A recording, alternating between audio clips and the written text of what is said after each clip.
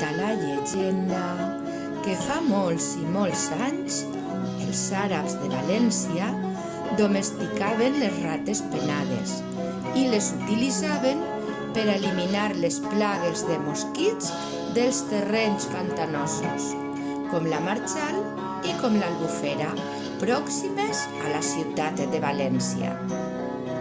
En l'època de Jaume I i durant el setge cristià de la ciutat i capital del regne musulmà, un profeta àrab augurà que mentre la rata de l'amo de la ciutat volara totes les nits, la ciutat es mantindria musulmana. Però també conta la llegenda que una nit les tendes de les tropes del rei Jaume I estaven acampades en el raval de Russafa, fora de la muralla de la ciutat.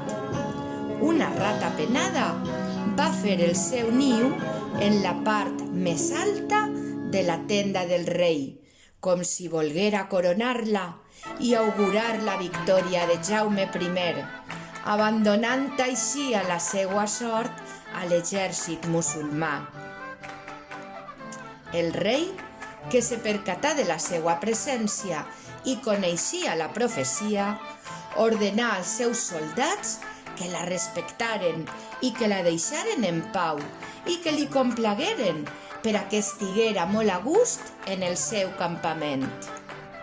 I una nit, que l'exèrcit cristià dormia tranquil i confiat, un dels seus tambors començà a redoblar ininterrompudament, amb el consegüent sobresalt de les tropes cristianes. Un soldat va despertar al rei, alertant-lo. Jaume I cridà als seus capitans per a que donaren ordre a les guàrdies d'extremar la vigilància. Llavors se n'adonaren que l'exèrcit musulmà estava a escassa distància del seu campament, cercant-lo, pel que donaren la veu general d'alarma. Tot l'exèrcit cristià es posà en peu i prengueren les armes, establint-se una feroç batalla que va obligar a retirar-se a l'exèrcit musulmà.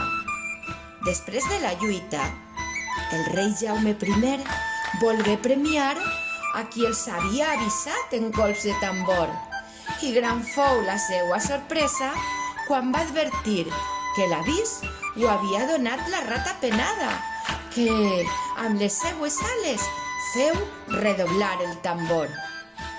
El rei, com a premi a la seua decisiva ajuda, fou posar la rata penada en la part més alta del seu elm i en el seu escut reial i en l'escut de la ciutat de València, que finalment va conquistar.